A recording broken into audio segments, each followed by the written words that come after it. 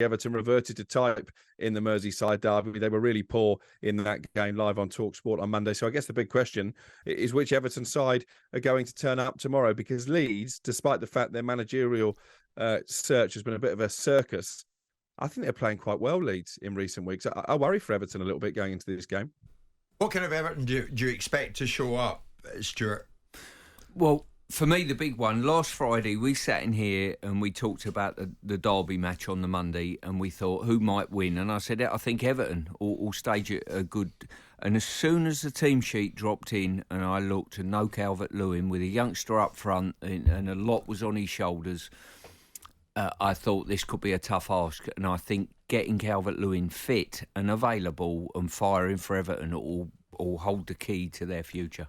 Do you know what, Stuart? I'm glad you've taken us to that, because Simon this morning, Paul Joyce in the Times is writing about this. Sean Dyche plans to look into Dominic Calvert-Lewin's entire lifestyle, including the carry drives, the mattress he sleeps on. This is serious in an attempt to overcome the Everton striker's long-running fitness issues.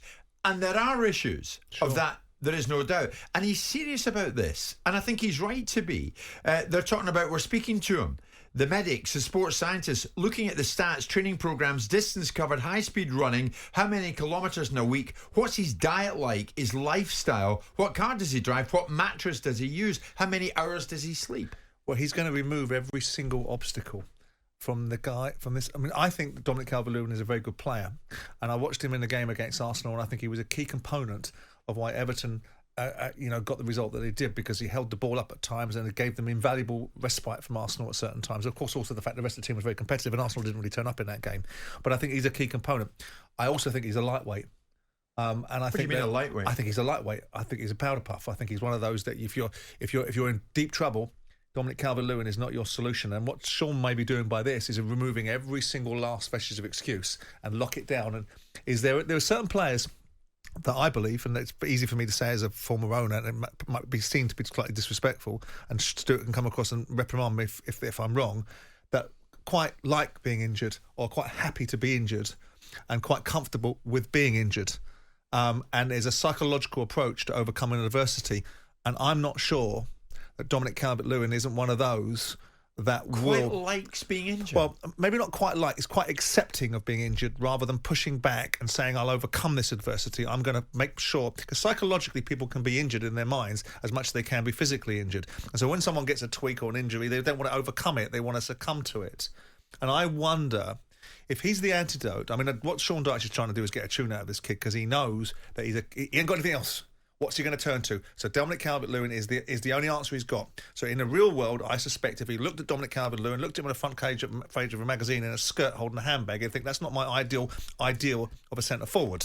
What I'd like to see is someone vaguely resembling Bob Latchford. But what I've got is somebody resembling Sam Smith. So I'll get on with it, right? But what I'll do is I'll work with what I've got. Stuart, before I push back, surely you'll push back on that. I think there's certain things.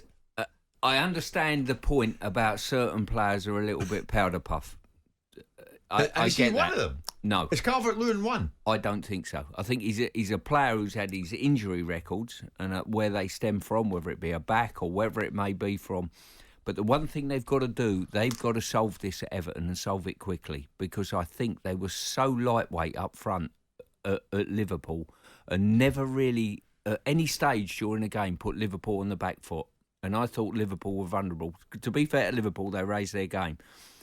Dyche knows how important this kid is to get him fit and get him right. I think he wants to play. I don't see him as one of those individuals that ducks games and wants to be away from it. But would you be doing what Dyche is doing?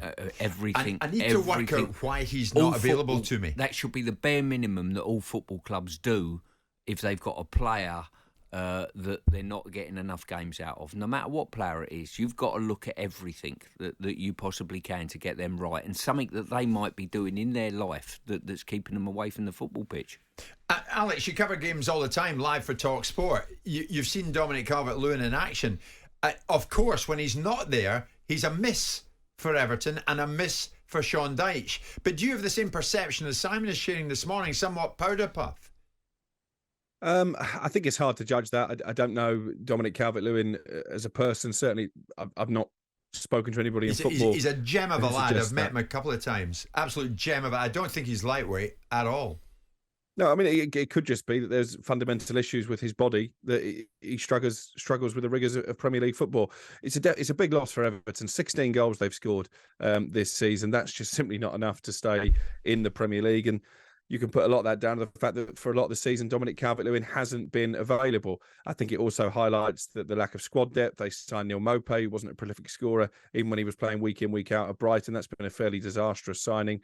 The squad looks imbalanced. I felt a bit sorry for young Ellis Sims on Monday night. What a difficult job that is away from home in a Merseyside derby, knowing you're not going to get any service. Started the game quite well, faded quickly. But if they can't find somebody to replace the goals that Calvert-Lewin scored when he was really prolific, 2 seasons ago, I think Everton in big, big trouble. And what we know about Leeds is that they will create opportunities. They've done that all season. They've not necessarily stuck the ball in the back of the net. But if Patrick Bamford starts firing, this could be the weekend when Leeds' season really turns around.